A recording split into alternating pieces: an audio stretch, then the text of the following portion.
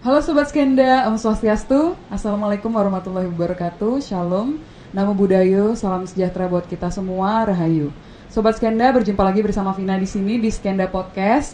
Dan pada siang hari ini ya, kita bertemu lagi dengan narasumber yang tentunya sangat spesial, sangat inspiratif, yang kebetulan juga sudah tidak asing lagi nih mungkin di wajah-wajahnya beliau di mata-mata guru-guru atau mungkin tenaga pengajar yang ada di Singaraja ini ya. Kita langsung aja perkenalan dengan narasumber kita, yaitu ada Ibu DRA Endang Satbudi Rahayu MBA. MBA betul ya Bu ya? Yeah. Takutnya saya salah MBA, sebut nih. Yeah. Atau MBA? Ya, bisa dulu. Kalau MBA itu kan kesannya tuh kayak organisasi basket gitu ya Bu ya. NBA. Iya, NBA kalau itu. Nah, kalau Ibu sendiri nih panggilannya Bu Endang ya Bu? Iya, Endang, enak dipandang. Oh, aduh, Ibu Endang enak dipandang gitu.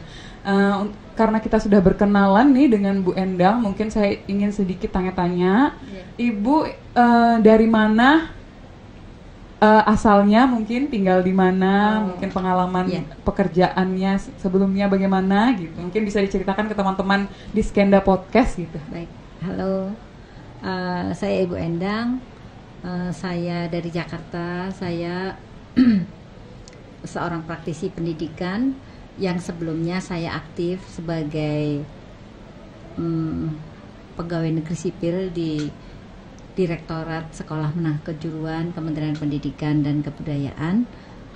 Sejak 2020 saya sudah purna bakti, akan tetapi ya karena kecintaan dan kerinduan saya pada pendidikan khususnya untuk SMK, saya masih memberikan layanan untuk sekolah-sekolah. Kita berdiskusi, kita sharing pengalaman dan melakukan kegiatan-kegiatan yang tentu saja positif dan membangun.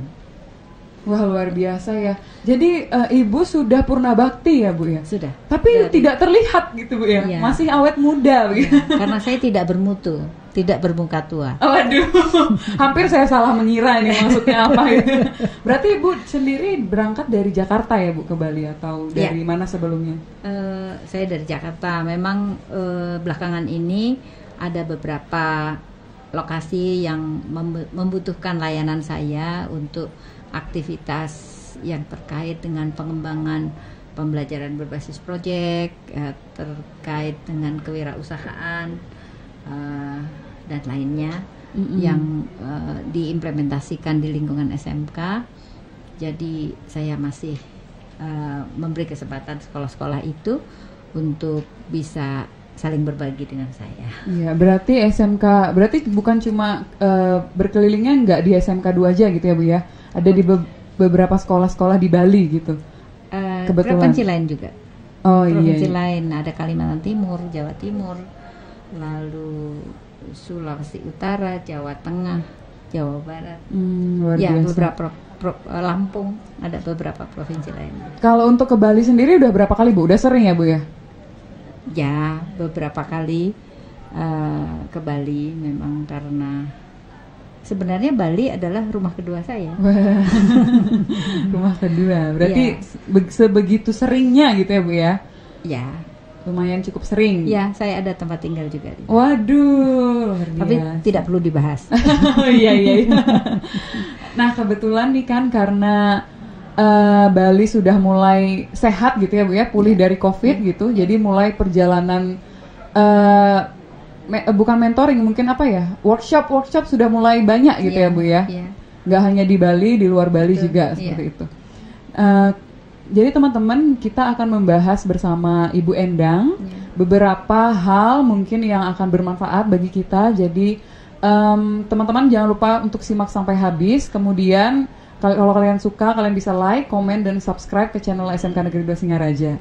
Nah, untuk pertanyaan dari kami kepada Ibu Endang, semoga Ibu berkenan menjawab gitu ya. Yang pertama yaitu, sekarang kan kita sedang menerapkan kurikulum merdeka gitu ya Bu ya, pada pendidikan gitu. Nah, kemudian bagaimana sih cara kita untuk memaknai merdeka belajar? Mungkin kan banyak orang yang masih bingung gitu ya, karena kan termasuk sangat baru gitu di dunia pendidikan merdeka belajar itu. Mungkin bagaimana sih Bu cara memaknainya?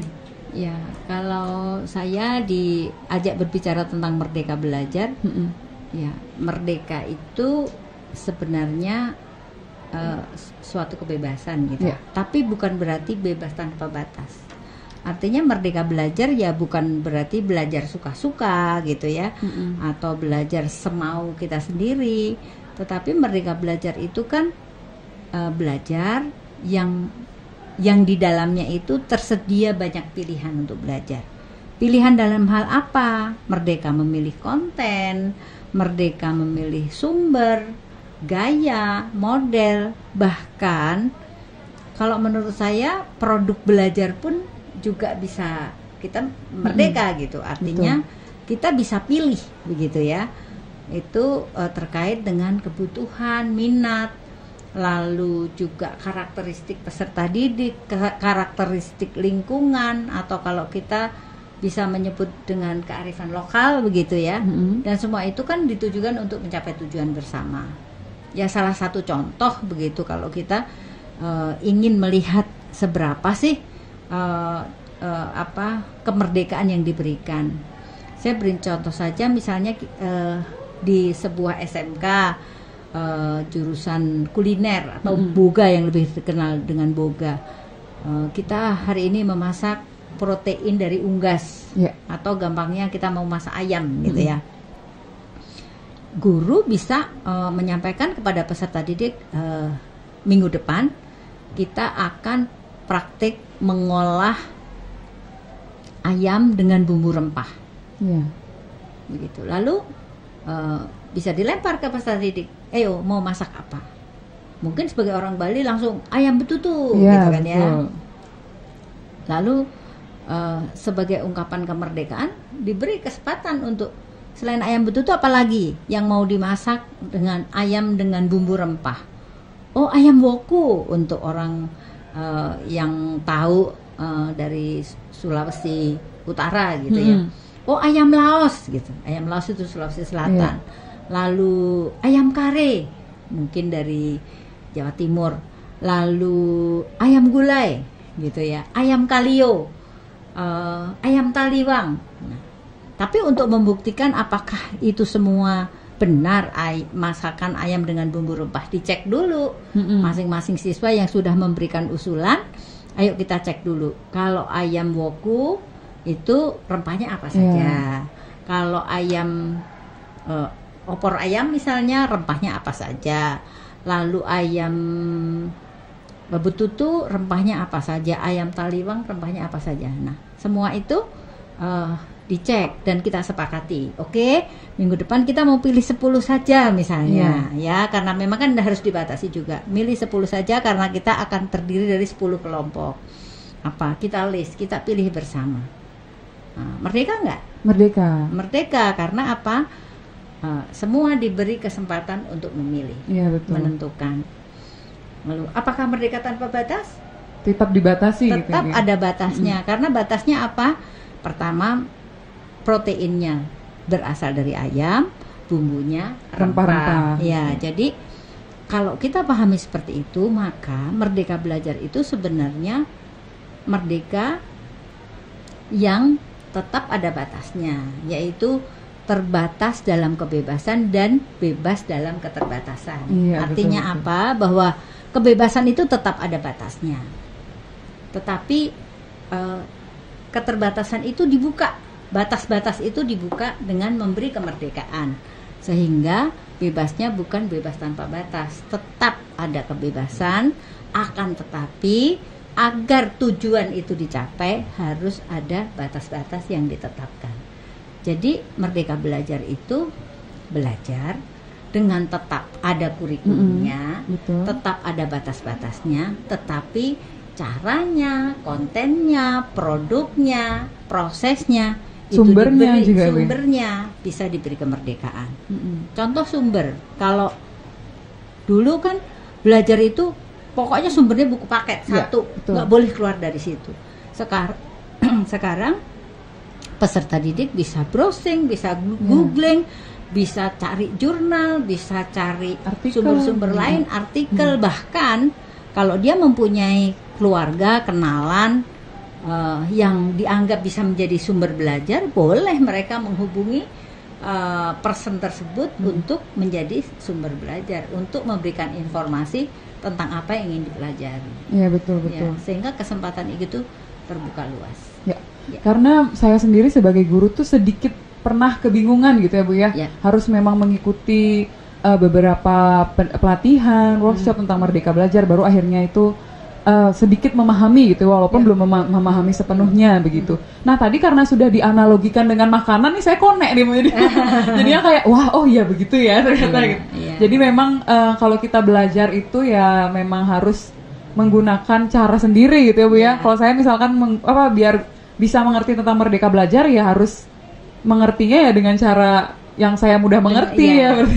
Jadi sama dengan anak-anak ya gitu ya. Rasa merdeka itu juga harus dibangun. Bahwa saya punya kebebasan untuk memilih, saya punya kebebasan untuk mencari, saya punya kebebasan untuk melihat lebih jauh, saya punya kebebasan untuk menggali informasi. Ketika diberi ruang untuk itu akan sangat mudah. Akan sangat berbeda ketika lihat di buku paket. Ketika itu nggak ada, ya selesai. Iya betul. Ya, tetapi ketika kita sadar bahwa kita diberi kemerdekaan, kita diberi ruang untuk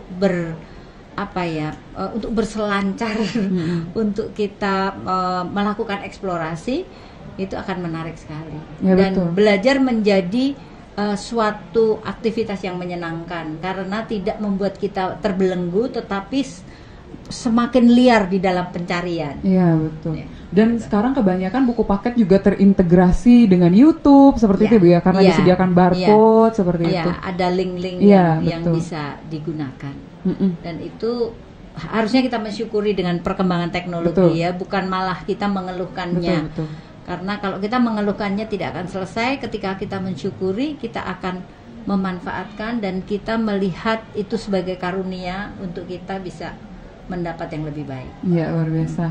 Jadi itu sedikit pencerahan gitu bagi guru-guru mungkin yang masih kayak kebingungan, terutama ya kayak seperti saya kan generasi muda gitu ya Bu ya. Karena generasi muda itu kan masih gencar-gencarnya mencari tahu gitu ya.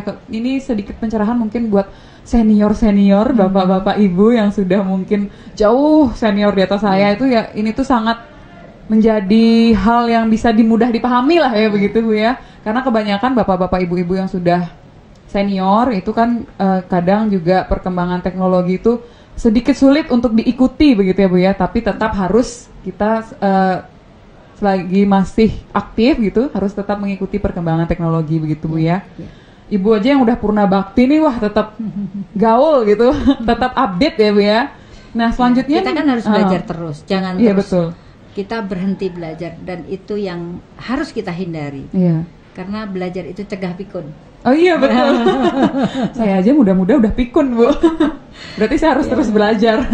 Nah kemudian pertanyaan selanjutnya mungkin ini agak sedikit lingkup kecil lagi nih Bu. Kita persempit lagi lingkupnya yaitu tentang ciri khas SMK, yaitu adalah link and match. Salah satunya contohnya yaitu program PKL. Nah kemudian menurut Ibu bagaimana cara sekolah itu untuk meningkatkan kompetisi siswa lewat program PKL tersebut? Kompetensi. Kompetensi. Ya. Sebenarnya PKL itu kan kesempatan ya bagi anak. Itu kan sebenarnya program pembelajaran juga, praktik kerja lapangan. Kalau menurut saya kata lapangan itu jangan dipersempit dengan hanya dunia kerja, dalam hal ini industri saja. Jadi harus di perusahaan A, di kantor B, atau di lembaga C gitu. Jadi jangan melihat lapangan itu hanya sebagai industri. Kalau saya ya, kalau kita memang ingin kompetensi siswa itu semakin kuat, kan ada Permendikbud nomor 50 tahun 2020 yang mengatur tentang PKL. Sebenarnya PKL itu kan disebutkan kan untuk menumbuh kembangkan karakter, meningkatkan kompetensi, menyiapkan kemandirian siswa. Kan keren banget gitu ya. Dan PKL ini kan menjadi inti program pembelajaran, inti kejuruan bagi peserta didik SMK atau untuk siswa SMK itu PKL itu hukumnya wajib lah gitu ya, karena betul. Ini inti gitu. Nah supaya kompetensi itu meningkat, bagaimana sekolah yang pertama harus memastikan industri pasangannya itu memang mempunyai kompetensi yang kuat sesuai yang diharapkan. Jadi sesuai dengan program keahliannya masing-masing gitu ya, atau bidang keahliannya masing-masing. Karena kalau tidak ya nanti akan jadi guyonan lagi. Jadi cuman bikin kopi dan motokopi gitu ya. Padahal sebenarnya kan banyak yang bisa dikerjakan. Satu itu. Yang kedua, kalaupun industri itu berkompetensi, kalau industri itu tidak terbuka juga sayang sekali. Jadi kita mencari industri yang memang membuka diri untuk berbagi, untuk mau sharing kompetensi, sharing pengalaman, sharing fasilitasnya untuk anak memperoleh pengalaman, sharing tenaga-tenaga praktisinya atau tenaga profesionalnya di institusinya untuk berbagi membimbing anak-anak, gitu ya. Jadi jangan juga anak itu pergi ke lapangan untuk praktik, dia diterima sebagai tambahan tenaga kerja yang tidak dibimbing gitu. Nah, kita harus mencari industri yang juga berkomitmen untuk mau membimbing anak-anak, mendampingi anak-anak. Nah, sebenarnya di Permendikbud juga itu kan diatur begitu ya, bahwa sebenarnya dalam penyelenggaraan PKL itu kan ada saatnya mungkin tidak bisa dilakukan selalu di dunia kerja begitu, karena mungkin dunia kerjanya terbatas. Di daerah tertentu tidak ada perusahaan, tidak ada kantor.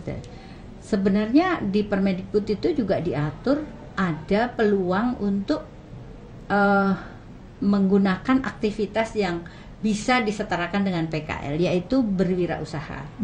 Terus yang kedua dengan penerapan pembelajaran berbasis proyek gitu ya. Jadi sekolah bisa memberi kesempatan siswa melakukan aktivitas wirausaha, lalu dicatat perkembangan bisnisnya, ya, perkembangan keuangannya, perkembangan omsetnya, bagaimana proses penjualannya, termasuk kalau anak-anak itu berjualan, testimoni pelanggannya, aktivitas bisnisnya. Itu kalau dicatat, dibukukan kan bisa menjadi portfolio gitu ya, menjadi pengalaman bagi anak yang benar-benar terdokumentasi.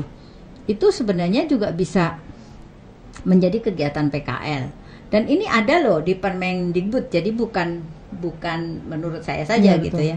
Lalu pembelajaran berbasis proyek yang dilakukan dengan mengintegrasikan berbagai mapel, mengintegrasikan berbagai program keahlian yang ada di sekolah. Anak terlibat di dalam proyek dan anak melakukan aktivitas proyek itu berproduksi, terus produk baik barang maupun jasa yang dihasilkan itu bisa dijual, dinikmati masyarakat begitu. Itu kan sebenarnya anak sudah bekerja sesungguhnya. Misalnya sekolah punya aktivitas bisnis yang terkait dengan kuliner, membuat makanan misalnya begitu ya. Anak lalu ikut di dalam proyek tersebut karena itu sesuai dengan kompetensi keahliannya. Itu kan benar-benar sebenarnya sudah kerja di lapangan loh. Itu sudah mengerjakan pekerjaan lapangan begitu. Lalu ada lagi usul saya begitu ya, kalau anak itu kan sebaiknya 1 semester dia melakukan aktivitas PKL, sementara industri itu hanya bisa menerima 3 bulan. Kan bisa di mix. Jadi 3 bulan di industri, 3 bulan berwirausaha, atau 3 bulan di industri, 3 bulan nanti melakukan aktivitas proyek. Jadi anak juga mempunyai pengalaman yang lebih kaya dan kompetensinya kalau saya kok yakin meningkat ya. Ketika anak itu bekerja di dalam proyek gitu ya, di dalam proyek mapelnya terintegrasi semua begitu, anak itu bisa mendapatkan kompetensi yang utuh, yang nyata begitu ya, yang setiap mapel itu saling menopang gitu di dalam pencapaian kompetensinya. Selama ini kan anak beranggapan bahwa ini gimana sih, saya ikut, yang ini juga terjadi di beberapa sekolah ya, saya ikut PJBL sekarang jadi capek soalnya masih ada tagihan dari mapel-mapel lainnya. Loh, sekolahnya sudah mengklaim loh, katanya PJBL-nya itu integrasi mapel. tetapi anak masih ada tugas, ada PR, ada tagihan-tagihan dari mapel-mapel yang lain. Nah, ini mungkin sekolah perlu menata ulang gitu ya, untuk kalau membuat proyek benar-benar proyek yang sesuai gitu, sehingga anak dapat benar-benar menemukan wahana begitu ya, untuk dia mempertajam kompetensinya melalui aktivitas proyek tersebut. Iya betul. Kebetulan saya kan juga salah satu alumni SMK nih Bu. Jadi saya juga mendapatkan pengalaman PKL. Cuma saya itu adalah SMK komputer dan jaringan. Kebetulan saya juga pernah di suatu industri. Nah, alhamdulillahnya, syukurnya itu saya mendapatkan pengalaman sebagaimana pekerja di sana gitu. Jadi mendapatkan bimbingan dan lain sebagainya gitu. Tapi memang dari pengalaman teman-teman saya itu masih banyak yang kayak ya seperti Ibu bilang, tugasnya ya bikin kopi, mungkin hanya membantu melayani pelanggan seperti itu, tapi tidak diberikan pengalaman lebih karena saya kebetulan beruntung, jadi saya mendapatkan pengalaman diajarkan dan seperti karyawan pada umumnya, begitu. Nah, jadi dari pengalaman teman-teman saya, Ibu katakan tadi ya memang terjadi gitu, bahwa memang sedikit yang mendapatkan keberuntungan seperti saya seperti itu. Jadi mungkin semoga harapannya ke depannya semakin maju seperti itu, bisa semakin diperbaiki lah gitu. Kalau saya boleh tambahkan, sekolah itu harus terus-menerus menyadari bahwa industri, lapangan pekerjaan itu tidak cukup untuk menerima siswa SMK semua PKL dengan baik. Ya, industrinya banyak, tetapi tidak cukup banyak industri yang paham, yang berkomitmen, yang memang bersedia membimbing siswa untuk praktek kerja. Satu, SMK juga harus memahami bahwa industri tidak akan cukup untuk menampung lulusan SMK bekerja. Iya, betul sekali. Jadi SMK itu harus siap menyiapkan berbagai alternatif untuk meningkatkan kebekerjaan tanpa harus terlalu mengandalkan kepada industri. Dengan cara apa? Ya menjadi mitranya industri untuk mungkin membangun kewirausahaan gitu ya, melakukan aktivitas proyek, misalnya mengambil proyek-proyek dari perusahaan dikerjakan di sekolah begitu ya, dengan melibatkan siswa. Betul. Kan sama itu, ya kan? Jadi misalnya sekolah bermitra dengan industri sebagai subkontraktor gitu ya, misalnya penyedia spare part kek, penyedia bahan makanan kek, penyedia apa yang sesuai dengan kompetensi kita gitu, dengan memberikan kesempatan anak-anak berlatih bekerja. Betul. Jadi kalau kita hanya mengandalkan industri untuk anak masuk praktek kerja, itu tidak akan pernah cukup. Karena memang industri jelas lebih sedikit, dan kita berebut juga dengan jenjang pendidikan lainnya, misalnya politeknik, universitas dan sebagainya. Karena saya saat universitas juga PKL juga gitu. Betul. Iya, jadi itu yang juga harus dipertimbangkan. SMK harus terus meng-create apa yang membuat anak itu sekolah tapi juga bekerja gitu ya. Artinya oleh karena itu sekolah harus membiasakan mendapatkan pekerjaan-pekerjaan dari luar untuk mengimplementasikan kompetensi yang dipelajari. Iya betul. Karena semakin banyak industri itu menerima siswa PKL gitu ya Bu ya, semakin tidak ada kerjaan ya Bu. Iya, karena semakin banyak menerima kuota, tidak bisa terhandle gitu. Jadinya ya kebanyakan kebanyakan tidak mendapatkan pekerjaan seperti itu. Dan akhirnya siswa tidak mendapat gambaran tentang dunia kerja yang sebenarnya. Betul sekali, betul. Karena saya mengalami Bu. Jadi kayak oh iya benar juga ya. Berarti sekarang tuh sebenarnya sudah diberikan solusi seperti itu ya Bu, untuk permasalahan PKL yang terjadi sebelumnya. Sayangnya gini, selama ini Permendikbud ini kan sudah 2 tahun ya. Tetapi guru-guru kita, manajemen sekolah kita tidak membaca. Hanya katanya gitu. Katanya PKL itu harus dilakukan minimal 3 bulan, maksimal 6 bulan gitu ya. Itu saja.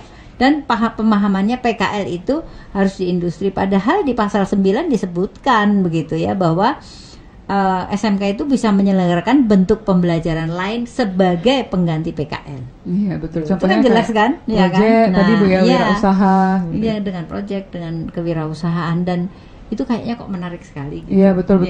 Apalagi kayak tadi Ibu bilang tuh di mix bisa gitu ya Bu ya. Iya. Jadinya ada yang dapat pengalaman di lapangan bergantian dengan temannya, kemudian wirausaha bisa, proyek bisa seperti itu. Jadi lebih efektif gitu, dan lebih banyak pengalaman. Wah luar biasa sekali, saya amazing. Karena saya tidak menyangka juga nih Bu, saya bisa menjadi guru SMK gitu. Jadi saya memahami sedikit tidaknya guru-guru saya terdahulu gitu ya, lumayan sulit juga ternyata menghandle gitu. Nah kemudian Ibu, sebelumnya kami berterima kasih sekali Ibu sudah berkenan hadir di podcast kami yang sederhana. Semoga nanti bisa tambah maju gitu ya Bu. Nah semoga nanti kita bisa berjumpa lagi, karena teman-teman ibu-ibu bapak guru senior tuh sudah sering ketemu Ibu, tapi saya baru 1 kali gitu. Semoga nanti bisa sering gitu ya Bu ya. Nah kemudian kami ingin tahu kesan dan pesan Ibu mungkin di SMK 2 dari sebelumnya. Sekarang kan udah ya sedikit tidaknya ada yang berubah gitu ya Bu ya. Bagaimana kesan dan pesannya Bu? Semoga bagus nih. Untuk hari ini saya tidak bisa memberikan banyak karena jadi gini, biasanya saya kalau di SMK 2 tahun-tahun yang lalu saya tuh nginap di hotel SMK. Sehingga saya punya banyak waktu di sekolah, saya bisa mengamati aktivitas sekolah, dan saya tidak tahu pertimbangan kali ini saya menginap di luar sekolah ya, di hotel di luar begitu, sehingga saya datang langsung kita aktivitas workshop, dan ketika istirahat ada di sini begitu. Saya juga tidak mengikuti, akan tetapi ya kalaupun saya tidak bisa memberikan kesan, setidaknya saya memberikan harapan gitu ya. Betul Bu. Nah, SMK 2 Singaraja ini kan menjadi SMK pusat keunggulan, dan pusat keunggulan yang dikembangkan adalah busana begitu ya. Dan saya berharap dengan menjadi pusat keunggulan akan mengangkat gitu ya, meningkatkan animo masuk ke jurusan busana, karena jurusan busana itu cenderung menurun di berbagai sekolah. Iya, di berbagai daerah begitu. Karena mungkin orang berpikir sekarang beli baju jadi lebih mudah daripada misalnya harus pergi ke penjahit. Padahal kan kalau sekolah di jurusan busana tidak hanya jadi penjahit ya, karena pembelajarannya itu mulai mendesain, mengukur, dan juga sampai dengan menjahit, menyelesaikan, dan seterusnya. Sebenarnya kompetensi yang dipelajari itu banyak sekali begitu. Dan dengan menjadi SMK pusat keunggulan, tentu saja diharapkan SMK Negeri 2 Singaraja juga bisa menjadi SMK pengimbas bagi sekolah lain dalam hal berbagai keunggulan yang lain. Kalaupun tidak di jurusannya, mungkin di aktivitas-aktivitas kesiswaannya, aktivitas gurunya, dalam hal pengembangan sekolah, penataan sarana prasarana, pengembangan sumber daya manusianya, lalu juga dalam hal peningkatan prestasi guru maupun siswa. Karena menjadi SMK pusat keunggulan tentu saja diharapkan menjadi sekolah yang bisa menjadi benchmark gitu ya, menjadi contoh bagi yang lain. Dan saya yakin dengan sumber daya yang ada di SMK 2 Singaraja, baik sumber daya fasilitas, sumber daya manusia, dan sumber daya lainnya, SMK 2 Singaraja bisa semakin maju. Amin, amin. Astungkara, amin. Wah, luar biasa sekali. Sekali lagi kami ucapkan terima kasih kepada Ibu sudah mau menyisihkan waktunya sedikit untuk berbagi informasi, sharing pengalaman kepada kita di Skenda Podcast. Semoga tidak kapok ya Bu, nanti mau diundang lagi tuh kayak semangat nih, semangat 45 gitu. Apalagi nanti siapa tahu nih kan ruangannya bisa lebih bagus lagi, bisa lebih tertata lagi seperti itu ya Bu. Semoga Ibu sehat selalu, sukses selalu. Sekali lagi kami ucapkan terima kasih atas waktunya. Semoga nanti berkenan lagi hadir ke SMK Negeri 2 Singaraja. Jadi tahun depan tuh saya nggak ditanya tuh udah pernah ketemu, saya nggak bilang belum gitu ya, karena udah gitu. Jadi pernah ketemu gitu ya. Saya biasanya begitu. Kalau di sekolah yang saya lebih dari sekali datang, saya selalu bertanya siapa yang baru bertemu dengan saya, karena startnya akan berbeda. Kalau semua sudah kenal saya dan mayoritas tidak kenal saya, itu akan berbeda. Iya, betul. Terima kasih ya Bu. Semoga kita semua mendapatkan manfaat dari podcast kali ini. Semoga semuanya bisa dipetik hal-hal baiknya. Mohon maaf apabila terdapat kesalahan kata dan perbuatan mungkin yang tidak saya sengaja. Akhir kata kami tutup dengan Parma Santi. Om Santi Santi Santi Om. Wassalamualaikum warahmatullahi wabarakatuh. Jangan lupa like, komen, dan subscribe ke channel YouTube SMK Negeri 2 Singaraja. Dadah. Sampai jumpa.